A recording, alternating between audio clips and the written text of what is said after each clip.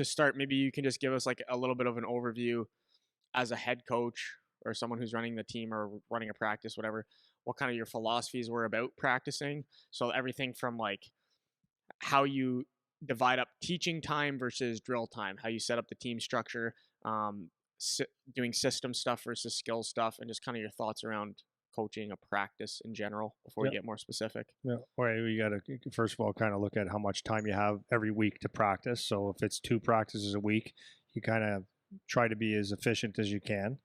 Um, Practices to me are obviously your teaching, right? So that's what, and there needs to be a purpose in your practices. If you go out and just run the same drill all the time, that I shouldn't say that's not the best idea, because sometimes it is.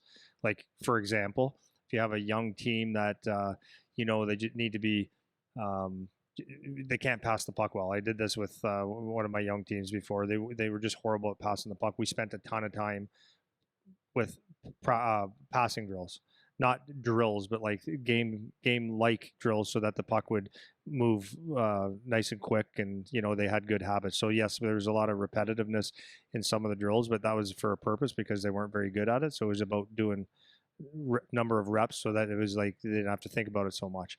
But anyways, how would you set up the structure versus drills and all that stuff? So I think it's important. Earlier, like if I was to have a choice earlier in the week, I would do a lot more. Not, I don't want to. I always want to make sure that when I say skills, is that people don't think it's pylons and peps, right? What I could mean by that, it could be a lot of passing. It could be a lot of whatever game situation that involves skill. So it could be passing, it could be skating with passing, and all that stuff. That's where I would spend most of my time, um, getting ready for, just so they're skating, touching pucks, making good plays. And then I may or may not touch on a system thing. Well, no, I will touch on a system thing. Like, we're going to do something like it's going to be either one end of the ice, like maybe it's um, breakouts and defensive zone. So that we could take a piece of time to do that. Then the next practice is going to be a little bit more structured to get us ready for a game. So this is how we play, and then it might be a forecheck and a penalty kill, or a power play and a whatever.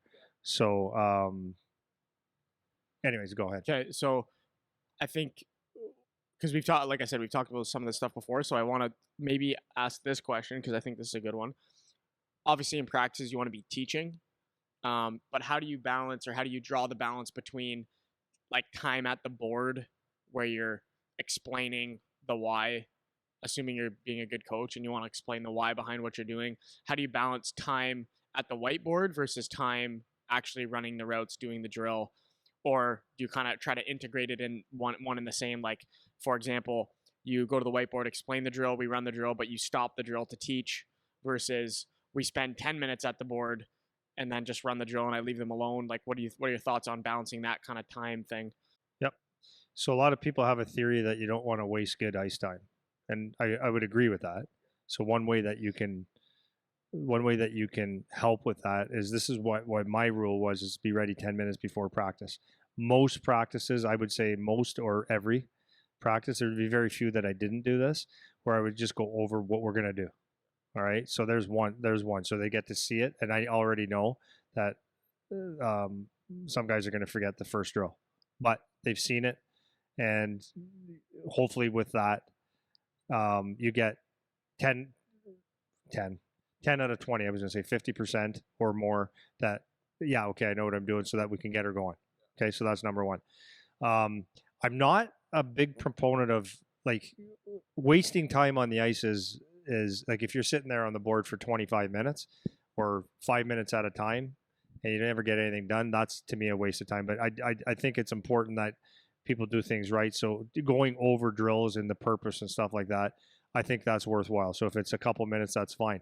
And I would actually rather have people or my team understand what I'm doing instead of stopping it and snapping on them. Do you know what I mean? So I'd rather take a minute or two or 30 seconds or whatever to go over the drill, say, everybody understand, you got it, you understand the purpose of this.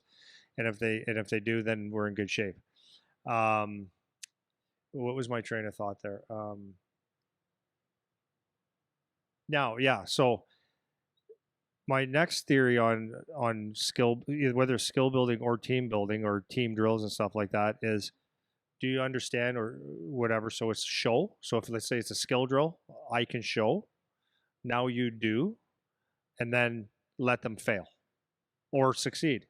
So if they fail, it's good to fail once or twice so that you can point things out, right? If they succeed, great, and then you can point out the good and the bad. So I think it's important that once a drill or a skill drill or whatever it is going on, it's important to be. Let's just do a simple neutral zone D to D up, right?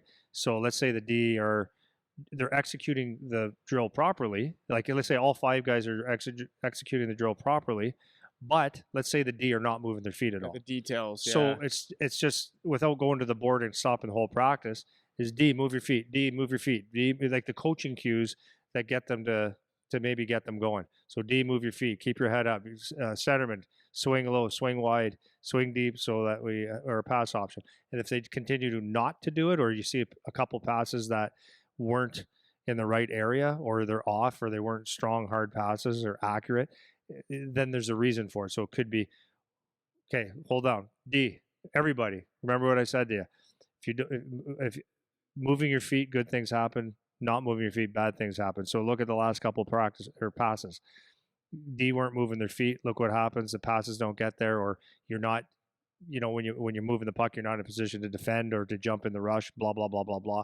So you can do that actively, and then there's times where you have to stop because it's just done wrong, right? But so some of the teaching can be done in time, right? One more thing about that though is again goes down to your audience because I just had in the last couple of weeks had a younger group, older group.